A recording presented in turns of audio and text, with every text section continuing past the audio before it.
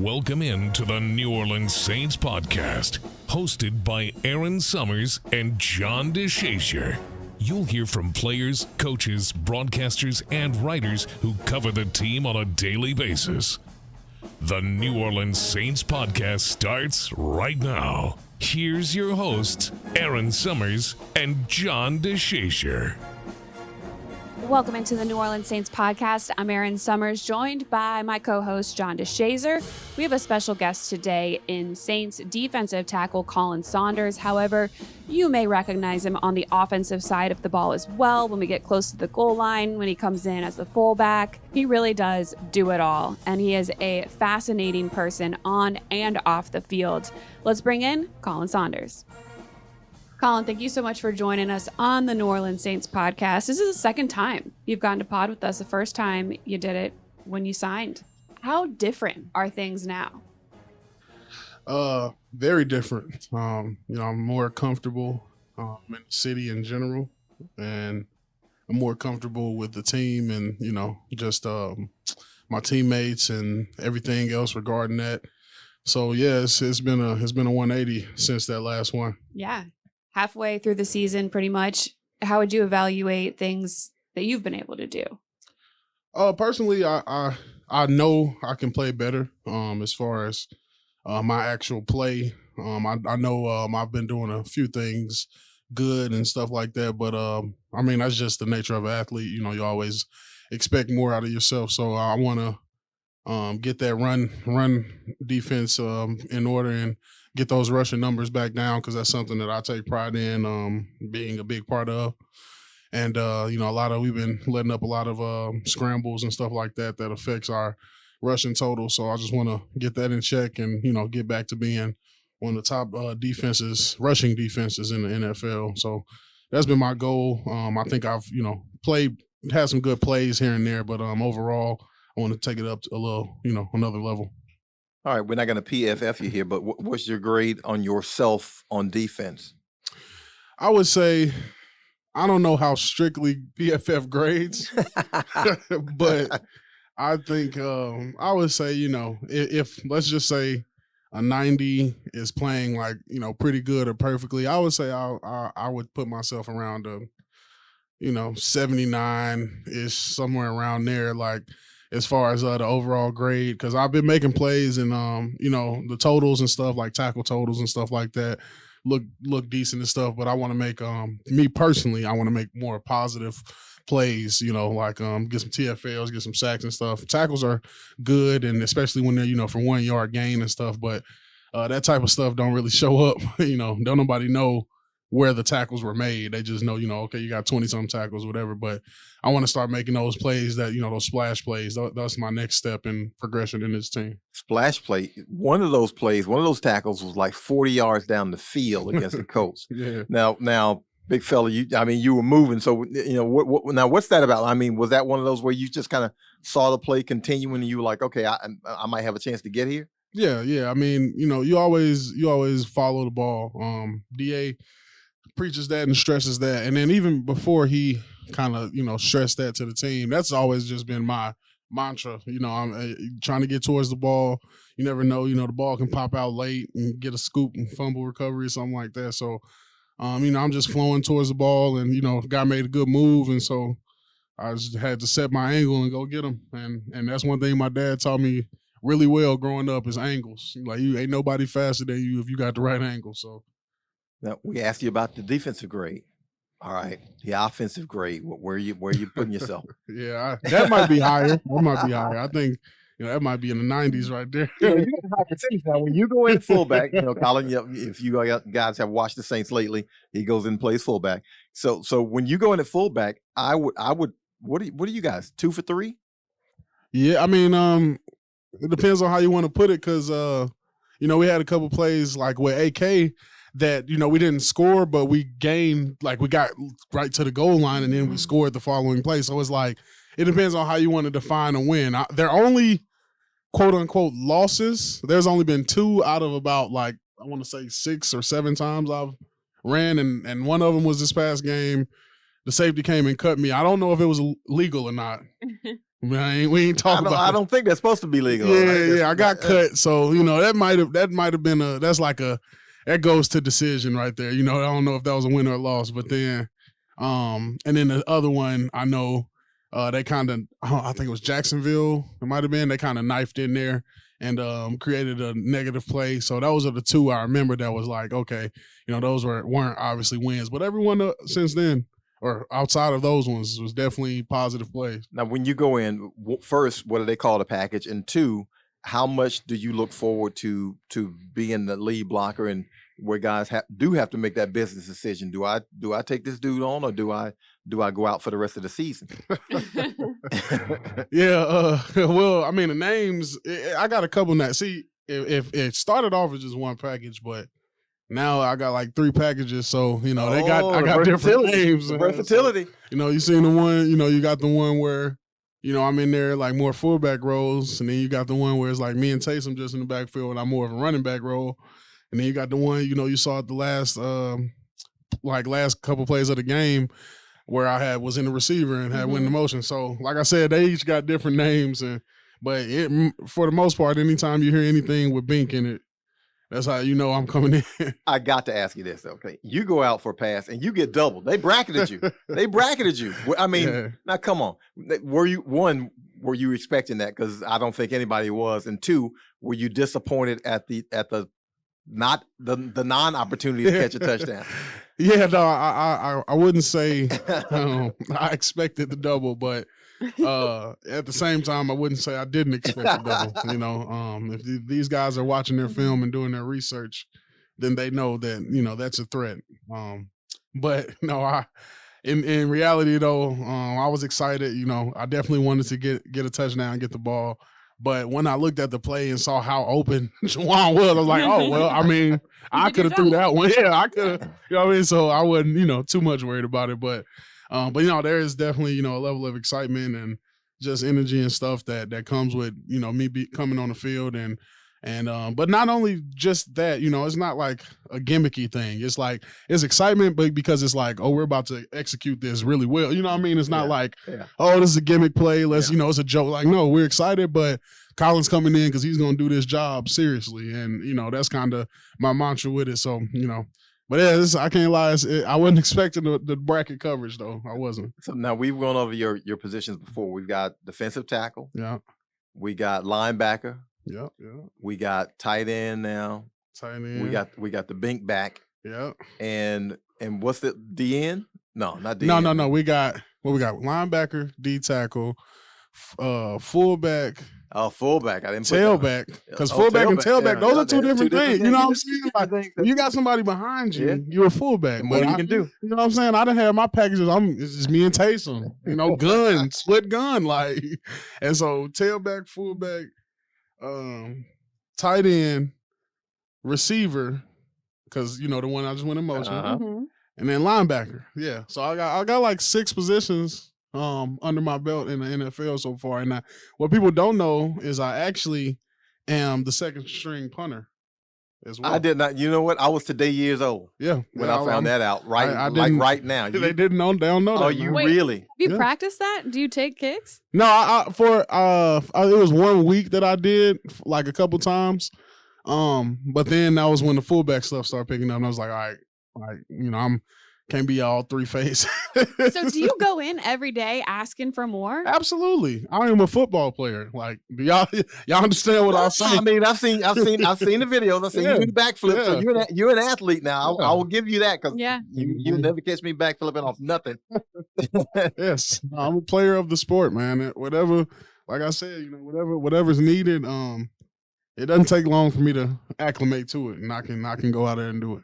So when you go in and ask for extra, what position are you aiming for now? My next position. And first, let me back up. Punting's got to be kind of difficult on the hamstring, huh? Yeah, I mean, I was a bit of a kickball champion growing up. You know how when you come up to the plate and everybody kind of back. Yeah. So I used to kick in high school or middle school. I used to do kickoffs and punts. And then I was really on the punt team just for fakes. You know what I mean? Like I can throw and run and stuff. But then I actually punted one and it was like a 50-yarder. And my coach was like, okay, no, you're actually on punt now. So, but yeah, that's how, that kind of start happening. But no, my next position goal, I mean, hey, I don't know. I think I've played like Slot receiver. I want to be a receiver. I want to be the X. I want to go out there and run a real route. Even if I don't get the ball, I just want to run a route. Like I want everybody to be like, wow, he really just ran like a deep end. Like, cause I want to release. Like I want to get off the ball. I want press coverage and I want to beat it. And I want everybody to be like, wow, this man just really be a professional corner in press coverage. If you got a corner on you in press coverage, what would you do to it? If a dude got up on you and tried to put hands on you. Look, y'all can't see the footwork because it's a podcast. I get it. But you know what I'm saying? I'm coming off, stacking hand placement, good foot placement. And I'm coming off, I'm going to give him a head fake, right? Mm-hmm. Now we're going to see how aggressive this corner is. Because I don't think there's a corner in this league that can successfully jam me and push me backwards. You go against offensive linemen all day. Sean that? I mean, you can tell it's about strength. It's not no disrespect or nothing. It's you can jam me all you want. I'm going for it. I'm 317 pounds. It's not happening. That's not debate. Yeah, that's not debate. You got a corner that's 285. Like, it's not about no, Marshawn will lock me up, but he ain't pressing me. Like, it's just not happening. So I'm coming off the ball. I'm gonna give him some stutters, and I'm going straight through the chest, like DK Metcalf style. Like, you come off straight stutter, and then straight to the power. That's exactly what I'm doing, and I'm running my slant off of that. Well, you got to figure once you get the angle on them, once you get the leverage, that's that. Yeah, that's what I said. It's not nothing about skill. It's just, I mean, look, you got a bigger guy, you got a smaller guy. Mm-hmm. I ain't saying I'm gonna mix them and come off head fake, make them spin inside. No, I'm doing what I have the advantage with. I'm coming off because it's not offensive pass interference and it's in 5 yards. Nah, yeah, right. So I'm coming off. I'm gonna throw him 7 yards backwards, and then I'm gonna continue on my route and be open. Now, this season, I guess, and especially lately, how frustrating has it been? You guys are playing mobile quarterbacks, and these dudes, you can do everything right. Yeah. You can do everything right. Yeah. And then they can break contain anyway and run for 10, 15, 20. Yeah, that's something that honestly, you see more prevalently now. Obviously, moving away from the traditional quarterbacking style, being in the pocket passers, the Peyton Mannings and Tom Brady's of the world. You're moving into guys who still have that skill set, a la Joe Burrow, Josh Allen, like guys who can be tremendous pocket passers, but then they have the athleticism. And I think back then you had guys who didn't really have the athleticism, but they were tremendous pocket quarterbacks. Nowadays you got guys who are still tremendous pocket quarterbacks, but we're going to all these training regiments and everything. You can see Jalen Hurts out there squatting 1,000 pounds and stuff like that. Like, we're just getting different breeds of athletes now. And I always talk about this. Even outside of football, just athletes in general. That's why this sport, I think that sport and art will live forever, because art, this is something that, like, for example, music, you see all the remixes, you see all the beats getting reused into new things. Same thing in sports. I feel like, back then there weren't, devices and recovery things and training things that you can use that get you better. We got guys who are 14 now who look like they're 23 years old because of these things they got access to now. And I think that that's the amazing thing about the sports world, is that sport will never die. Obviously, we got the LeBrons and Michael Jordans that we're like, oh, they're the greatest ever now. But then, in 20 years, you don't know what kind of freak athlete that's going to come out. And that's the beauty about sport and stuff like that. It's ever changing. And, I think that's what we're, to go back to the question about the scrambling, that's kind of what you see today. You see guys, you got guys, almost everybody in the NFL can run now. There's not too many guys who are just, sitting ducks in the pocket no more.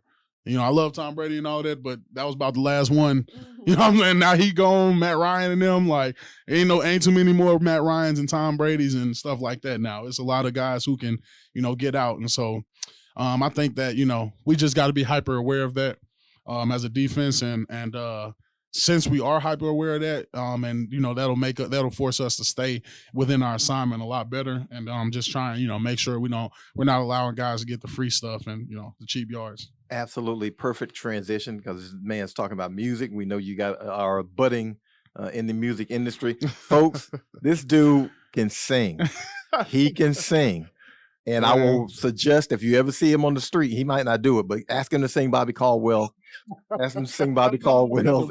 What you want to do for love? Ask him to sing that, because that man can sing. So what about this music career, and where do you think it's going to go, and where are you at it in the process now? Yeah, no, that's funny, man. That's funny. Sing for us right now. No, they gotta pay for that, man. I told y'all they gotta. He already negotiated, and I look, we ain't paying now. But if you want to, they don't even saying they can go get my music, but I got a couple singing songs out there, man. But no, honestly, it's a hobby. It's always been a hobby. It's always just been something that I kind of do to decompress, but also just for fun, because I love music. I love it, beyond making it. I just love listening to music. I love hearing lyrics. I'm a big lyrics guy. I'm big into lyricism. So obviously it's crazy coming down here. My favorite rapper is actually on the wall, Lil Wayne, and that's been my favorite rapper like my whole life. I'm talking about, I think in 6th grade I had him as my Facebook profile picture, so that shows you the fandom right there. But no, just like, I relate to lyrics really well. I relate to, people's triumphs and what they go through. And that's what kind of got me making music and stuff, is just want to be able to kind of share my own stuff, share my own triumphs and stories. And that's always been a hobby, all the way from college till now. Really, honestly, the only reason I got stuff on all platforms and like all major streaming platforms is because of my old teammates in Kansas City. I was just doing it, for fun, making music. Like, really didn't even show too many people. But one day we came in and we had some guys on the team who actually like were serious in making music, and they were playing their music. I think we had like Le'Veon Bell at the time, and then we had Bashar Breeland at the time. And they were showing, they were playing each other's music in the locker room. And, everything died down. And then I played one of my songs, and everybody was like, who is this? And I'm like, it's me. And they're like, bro, you need to, this is before I got it like professionally edited and mastered and mixed and stuff. It was just like something I made in my basement. And they were like, bro, you need to start getting this stuff professionally edited. And so I did, released my first song. That was really real. And after that, like, I played it. To my surprise, I'm talking Coach Reed, Coach Tobe, like everybody like, hey, I didn't know you made music, man. That was really nice. I'm like, bro, the coach is listening to my music, like, so that was eye opening, and that's what kind of made me I wouldn't say take it seriously, but just start actually trying to make music, like make content more than just a song every so often. So I put out an album and stuff, and but yeah, it's it was like I said, man, it's all for fun. I'm in the NFL, you know what I'm saying? Like, I'm not trying to make it out off music, you know what I mean? So luckily, I can keep it free and flowing instead of like forcing it, trying to make it out, you know what I mean? I can just, when I feel like it, I do it. And it's been fun, man. It's a great way of expression for me, going through some things and going through anything, man. It's a good way to kind of just let it all out. You a Lil Wayne fan? You gonna freestyle for us? Did you see him freestyling with the Fugees? I didn't see it, but I saw. I'm gonna look that up on Twitter after this. Gotta see that, man. The greatest, dog. Yeah, the GOAT. Like it's just mind blowing. Like how are you a Packers fan, bro? Like like it just doesn't. I don't get it. I ain't trying to disrespect. I ain't trying to disrespect the GOAT, nothing. But like, bro, like. Come on now. You know what I mean? We're going to get them back, though. Don't worry about it. My first order of business as a New Orleans man is to get Lil Wayne's fandom back to New Orleans. There you go. You said that you really like the lyrics. What are some of the subjects that you've sung about? Man, a lot. I think that everybody got different experiences and stuff. And everybody goes through different stuff, man. I make music about just whatever I'm going through at the time. Obviously it's a lot of differences, going to the NFL or becoming any type of personality or quote unquote famous to your peers. And I make music about that too. You know, like I don't know, you know, y'all haven't known me for that long, but I am a very just relaxed, down to earth type of dude. I don't think, you know, money makes anybody better than anybody else. I still, when I go to St. Louis, back to my, you know, home, I do the same stuff. You know, I go to the same places, and you know, I'm not looking for, oh, I'm in the NFL, you should give me this for free. Like that's just not me. You know what I'm saying? I've always been that way, and so it's kind of a culture shock, you know, making it to the NFL. And then I think Jay-Z said it when he was like, you know, people think you work that hard to stay the same. And that's the truth though, you know, like kind of people changing around you, and it kind of like reveals different stuff to you. And that's kind of, you know, that's one of the topics I make music on. But I make music on a lot of stuff, just depending on how I'm feeling, you know, like if I'm feeling festive and more bouncy mood, make some bouncier music. If I'm feeling more, you know, in a more saddened state, I got my ride wave, my ride wave days where I'm just like, you know, got to let out some stuff. So, but no, man, music helps me a lot. Like I, you know, just going through anything, and obviously not trying to dampen anybody else's day, because that's one thing about me. I come in and, you know, I make people laugh and stuff like that.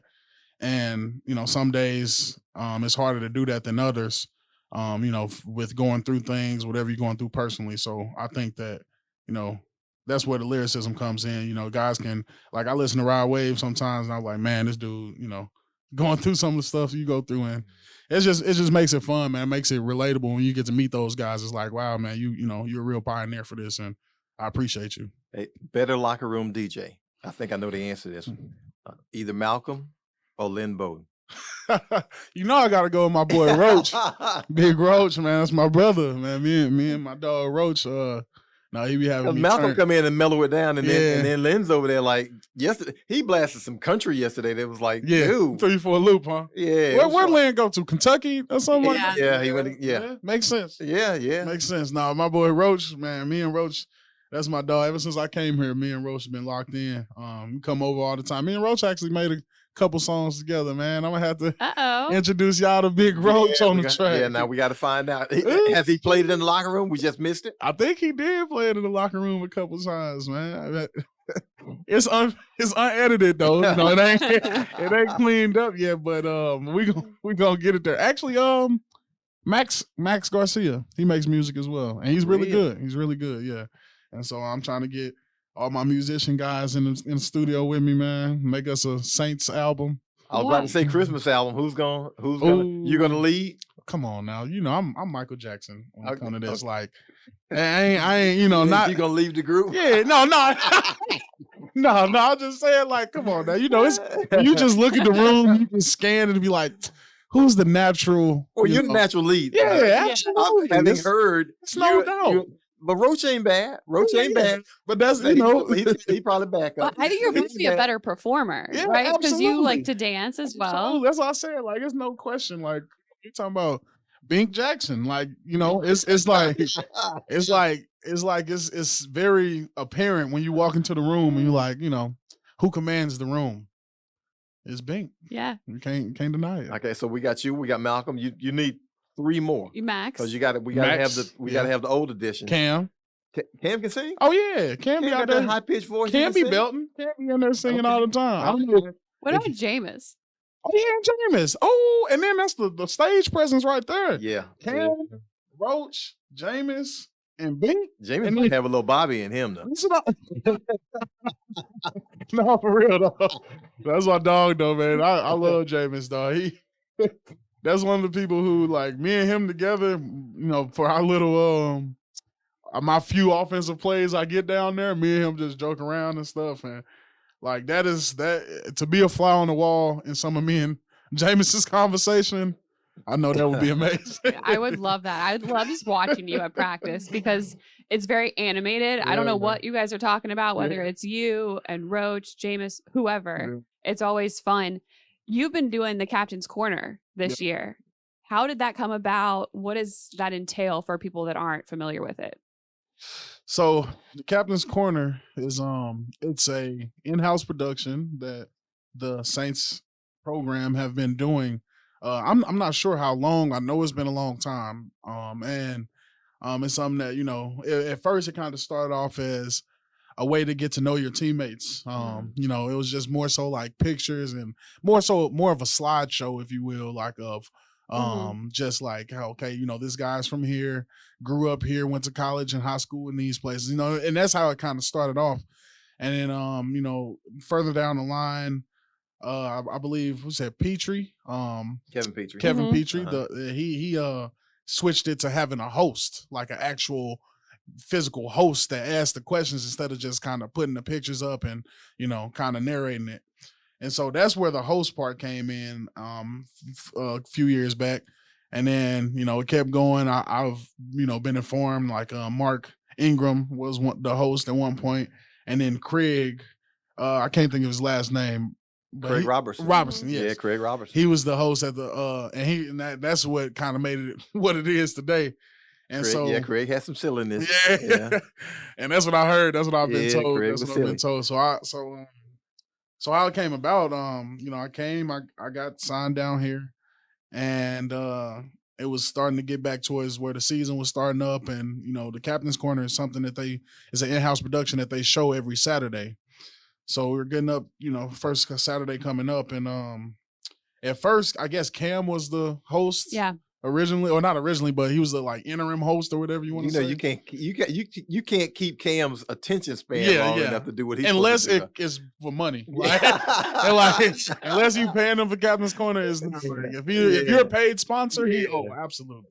But yeah, so yeah, Cam first episode they interviewed me. I was like the guest, and then Cam at the end of it was like, you know what, I'm handing it off to you, and transition from Captain's Corner to Bink's Corner. And ever since then, man, I took it and run with it. So now it's like I said, it's something we show every Saturday. Like I said, it's just interviewing a teammate, kind of getting all the way down, personal, where they grew up at, anything that kind of the team doesn't know. And but kind of what my twist on it is, I accidentally actually had put a skit at the end of the first one. That was how do you accidentally do that? Because so everybody's like, oh, everybody got their own flavor. Like Mark Ingram, he used to lift up a curtain and say hello and blah blah blah. So I'm like, okay, cool. So basically, like, you got to put your own spin on it. Like, you got to make it yours. I'm like, okay, how can I make it mine? So I did the interview, and it was cool. It was a good interview. Got some chuckles throughout. Whatever. Mind you, this is my first time on the team, so I didn't know like what the normal response was to these shows. Like, I don't know if it was something you laugh at. I don't know, Right. It's like, oh, okay, we watched it. Now let's go practice. Like, I didn't know what it was. So, I heard the chuckles. I'm like, okay, nice show. And then the skit part happened to come about, like, it was just something happened in meetings, and I was like, oh, that was funny, And so we did the whole interview, and at the end of it, I kind of just set it up like, making it seem like we're going to see the actual footage of what I'm explaining. And then it's me acting out, you know what I mean? Yeah. Like, instead of that, you know what I'm saying? So it's kind of, I don't know if anybody ever watched Dave Chappelle Coming Up. Yeah. But that's what I'm aiming for in those skits. So like, just, but a little less rated R, a little more PG, but it's, and so that's how the skit came about. And I did the first one, and everybody, like, I'm talking about an eruption of laughter, like, to where Petrie and Mike Martinez, everybody's like, bro, I've never heard Captain's Corner make people laugh like that, like, seriously. And so I was like, all right, well, we got out the meeting, and it's bad when Double D comes up to you, like, he came up to me, like, during a game and was like, bro, I can't stop thinking about that skit. Double D? Like, it felt sacred. Like, I was like, wait, bro. Like, this Double D we talk, I locked in Double D. And like, every series possession, he like, no, like, he like, bro, he said something happened, and he just was reminded of the skit, and he was laughing about it during the game. I'm like, wow, that's crazy. That kind of let me know, okay, I got to keep doing the skits. And now it's to the point where, like, they know I record on Wednesday and Thursday, and every time they see me, any teammate sees me now, what's the skit this week, big? Yeah. I'm like, oh man, I can't tell y'all. So that's kind of how it came about and how I'm running with it now. And you know, I'm just trying to provide some entertainment for the team, man. That's it. You using actors with you? It's just you, or you using teammates too? See, it started off just me. The first skit was 100% because I mean, me. a good thing everybody kind of want a piece of it. Yeah, No, but see, I've been seeing Juwan in the locker room asking questions and doing stuff with us. Yeah, that's what's so crazy about it. Like the first skit, it was me. I acted out the part of DA. I acted out the part It's like a Tyler Perry film. Like I was the Tyler Perry just acting everything. Yes, yeah. That's how I started. And now it's like the second episode, the second one I had got all the specialists involved. I got Lou Headley, Blake, and Zach Wood. Yeah. I got them in it. And so like slowly it's starting to involve more and more people. And it's almost like a privilege to be a part of the skit and week in, week out. Now it's funny though, man. They make it fun though. They make it fun. I guess you're enjoying being a part of this team. Oh, absolutely. I feel like this team fits my personality a lot. And because I'm gonna bring it. I'm gonna bring some personality. That's one thing about it. And I ain't, you know, like I said, man, I'm a real down to earth dude. I'm not, you know, I don't think I'm highly or I'm better than anybody, nothing like that. I just, you know, I'm a real, when they use the word vibe, man, I'm a vibing guy, man. I just like to vibe and chill. And I like this city for that because even the other day, I was just talking about that to Roach. Cause not to say nothing about Kansas City, but there's a different type of fandom there. It's just like these guys came to my house one time and was just like asking for autographs and stuff. And I'm like, bro, how did you find, like, it's creepy fandom. You know what I'm saying? Like, you look, they told the security, we had the security go to his house. Like this guy, I literally have the video on my Ring camera and on my phone. This guy was going to house of players with his daughter and 2 helmets, like trying to get people to sign him. And he went to like 4 different teammates' houses.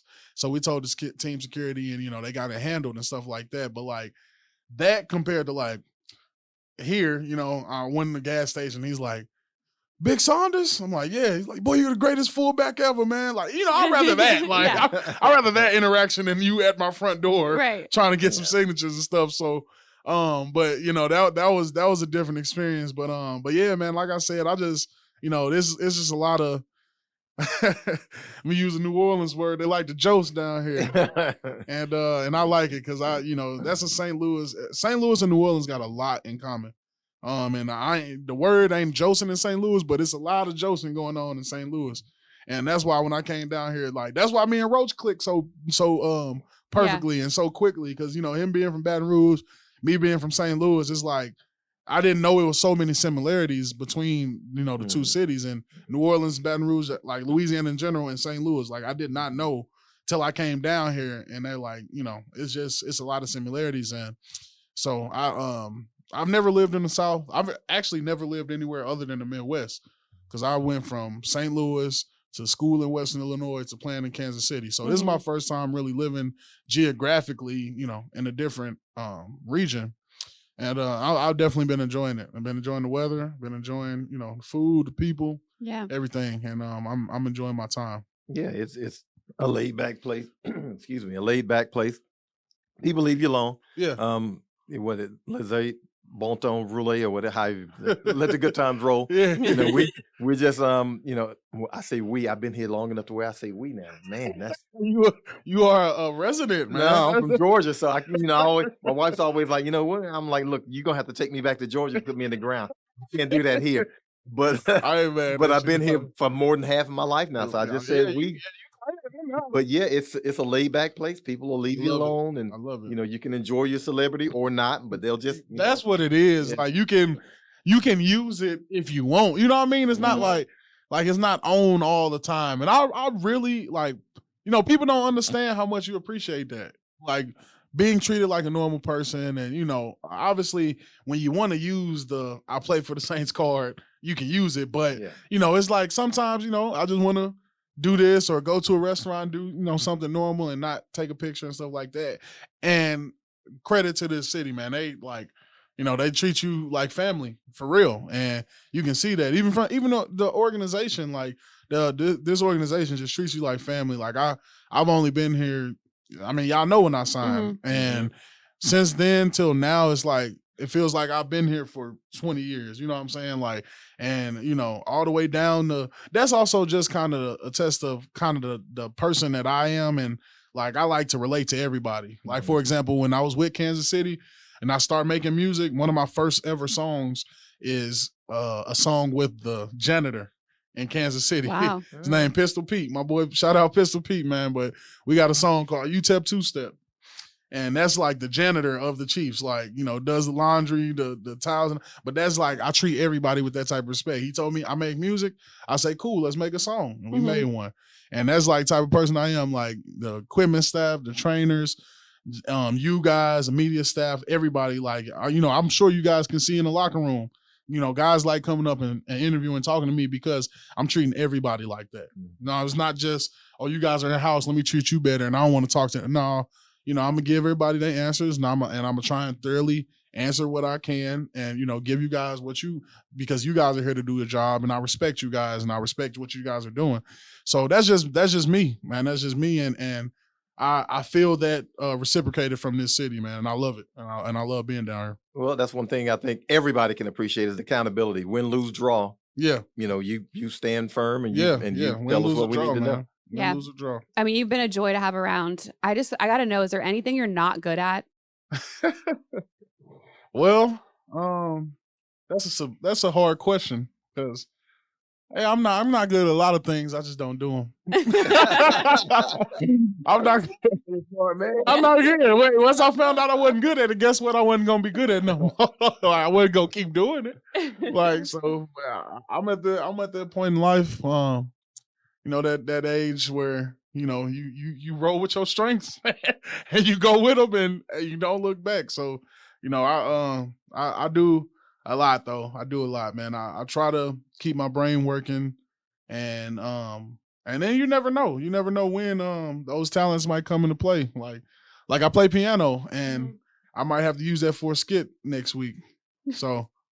It came into play. You know what I'm saying? Like that's we got a piano in the building. Let me think. Do we got one? I don't know. I think so. I got a keyboard though, and it's portable. Okay. I was gonna bring that, but yeah, no, that's just I like to. I guess you can say dabble. I like to dabble and see if I like it, see if I'm good at it, and then if I am, I'm gonna keep trying to get better at it. And if even if I'm not good at it, but I like it, I'm gonna keep trying to get better. But if I'm not good at it and I don't like it, I'm like, all right, let's chunk that one up. Yeah. But other than that, though, I try to and partake in a lot of things just to see, and then also, just trying to be proactive and in the future, having children and stuff like that.